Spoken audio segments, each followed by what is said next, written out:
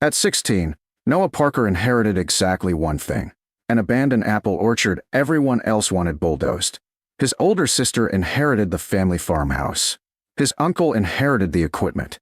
The surrounding farmland had already been sold to neighboring growers. The lawyer adjusted his glasses. And to Noah, he paused. "Your grandfather leaves, orchard number 7. A few relatives exchanged amused looks. His uncle chuckled. "The dead orchard?" His cousin laughed. "The trees haven't produced decent apples in 20 years. Someone slid a small brass key across the table. "Congratulations. You inherited weeds." 3 days later, Noah's aunt packed his belongings onto the porch. "I can't afford another mouth to feed." He understood. She wasn't cruel, just overwhelmed. With one backpack and an old bicycle, Noah rode 12 miles into the hills. The orchard stretched across 30 forgotten acres. Twisted apple trees covered the slopes. Most hadn't been pruned in years. Wildflowers grew between broken irrigation channels. At the highest point stood a tiny stone packing shed. Its roof sagged. Its chimney leaned slightly. Yet somehow, the place still felt alive. Noah unlocked the weathered wooden door. Inside remained dusty wooden apple crates stacked to the ceiling. Rusty harvesting ladders leaned against one wall. An antique cider press occupied the center of the room. Everything waited exactly where someone had left it decades earlier.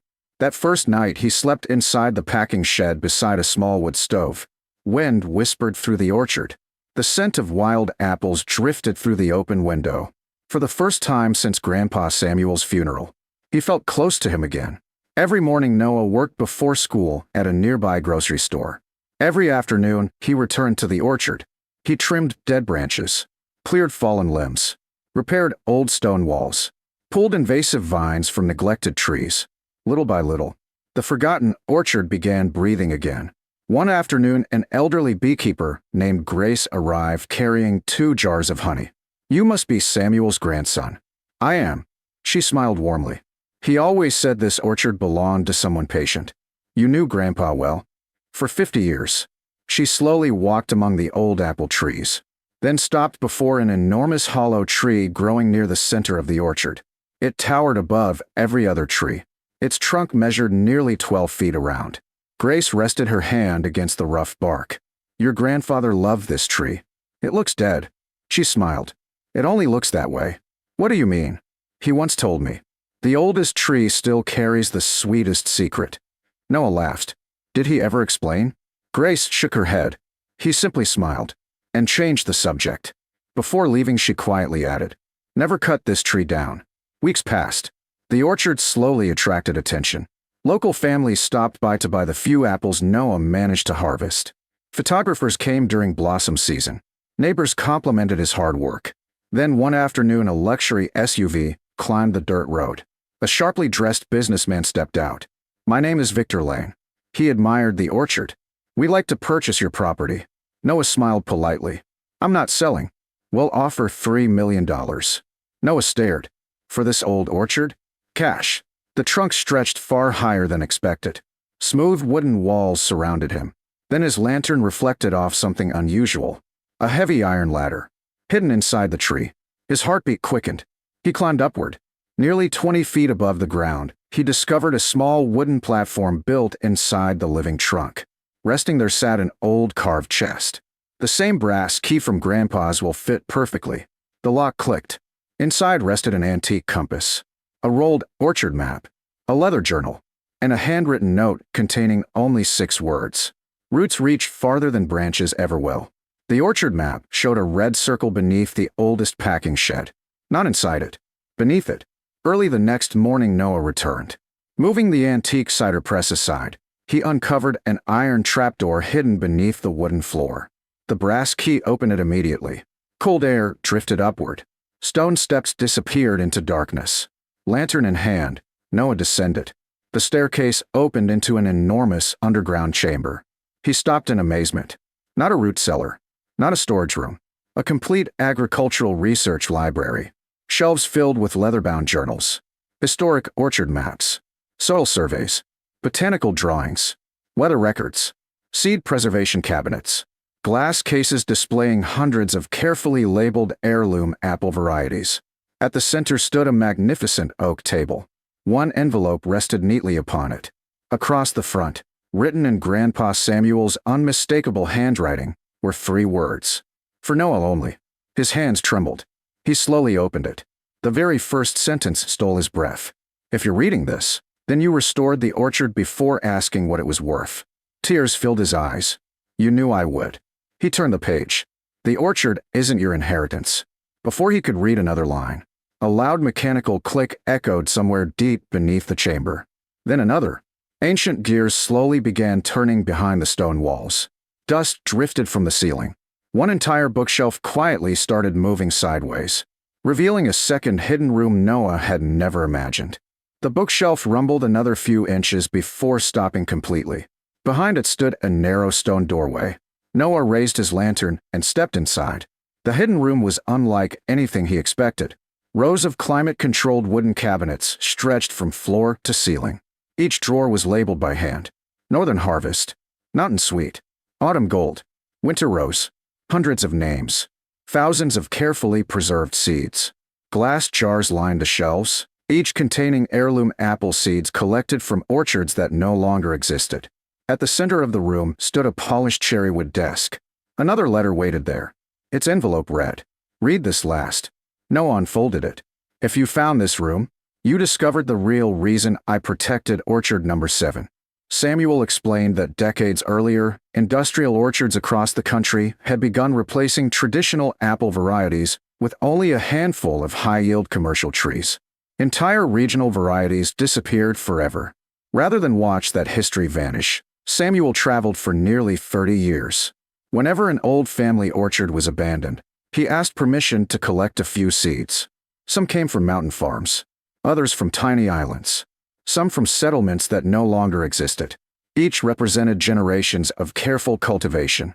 The underground vault had become one of the largest privately preserved collections of heirloom apple genetics in the country. Samuel continued, "Anyone can grow apples. Very few preserve history."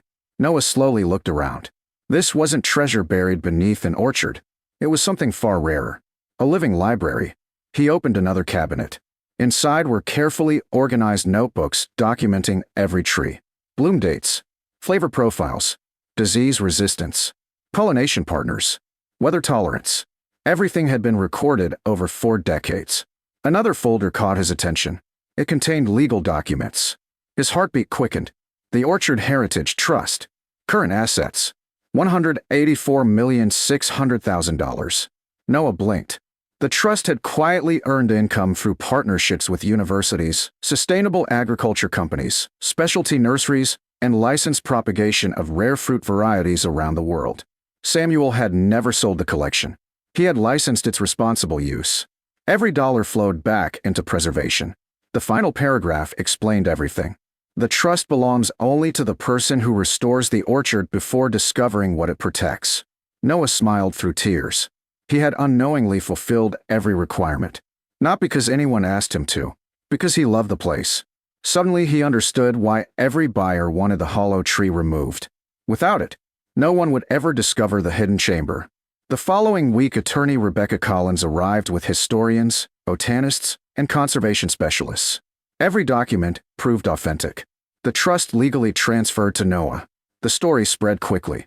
Television crews expected another headline about a teenager who had become incredibly wealthy. Instead, Noah surprised everyone. His first announcement stunned reporters. "The orchard isn't for sale." A journalist asked why. He smiled. "Because it never really belonged to me." People looked confused. "It belongs to the future." Within a year, Orchard number 7 transformed into the Samuel Parker Heritage Orchard. Researchers studied forgotten fruit varieties. Local schools visited every spring. Families learned traditional grafting techniques. Young farmers attended free workshops on sustainable orcharding. The underground seed vault became one of the country's most respected agricultural preservation centers. The old packing shed remained exactly where it had always stood. Only now, visitors knew what rested beneath it. Grace returned one afternoon carrying another jar of honey. She smiled as children wandered through rows of blooming apple trees. Samuel would be proud. Noah laughed. "I hope so." She pointed toward the enormous hollow tree. "You finally understand why he protected it." "I do now. It wasn't hiding treasure. It was guarding it. Months later, Victor Lane returned. He walked slowly through the thriving orchard. "I'll double my previous offer." Noah shook his head. "There isn't a number big enough." Victor frowned. "You could live anywhere." Noah looked across the hills. Children were picking apples. Students sketched old trees. Researchers carefully collected blossoms. Bees drifted lazily through the spring air. "I'm already exactly where I want to live." Victor quietly folded his offer and walked away. Several years later, Noah received an invitation to speak at an international agriculture conference. Standing before hundreds of scientists and growers, he held up one tiny apple seed. "This," he said, "looks ordinary. But every forgotten variety carries the work of families who spent generations improving it. If we lose even one forever, we lose a piece of our history." The audience stood in applause. Back home, Noah placed Grandpa Samuel's compass inside a glass display in the Orchard Museum. Beside it rested the original brass key, the handwritten note, the first orchard map, and Samuel's final letter. Above them all hung a simple wooden sign: "Roots reach farther than branches ever will." Visitors often asked Noah which discovery beneath the orchard had changed his life. Was it the hidden room? The rare seeds? The trust worth nearly $200 million?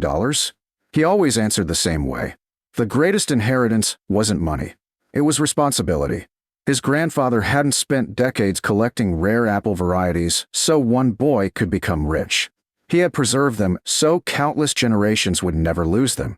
People once laughed when a 16-year-old claimed an abandoned orchard everyone else considered worthless. They thought he had inherited dying trees. Instead, he inherited a living history that could never be replaced. The hollow tree didn't hide a fortune. It protected a promise. And because one determined boy chose to restore before he searched, that promise would continue growing for generations to come.